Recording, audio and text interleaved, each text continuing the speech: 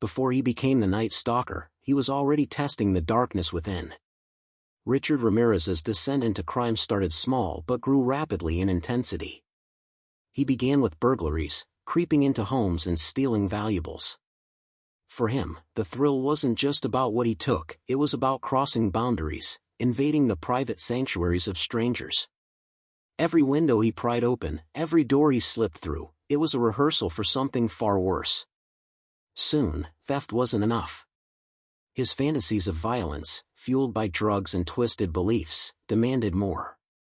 He escalated from stealing possessions to stealing lives. Ramirez committed his first known violent crimes in California, targeting unsuspecting women during late-night break-ins. The brutality of these attacks shocked even seasoned investigators, who realized they weren't dealing with a typical burglar, they were dealing with a predator. Every shadow could be him, every sound could mean death. By 1984–85, Ramirez's spree had become a full-blown reign of terror. He struck without pattern, young, old, men, women, couples, entire families. This randomness is what terrified Californians the most. No one could predict his next move. He slipped into homes in Los Angeles and San Francisco, using weapons ranging from knives to handguns. Victims were attacked in their sleep, woken to nightmares no one could imagine. Survivors recalled his piercing stare, his chilling grin, and his words that carried both menace and mockery. For weeks, the media dubbed him the Valley Intruder, but soon his true title would stick, the Night Stalker. The city's heartbeat changed. Parents tucked their children in with fear.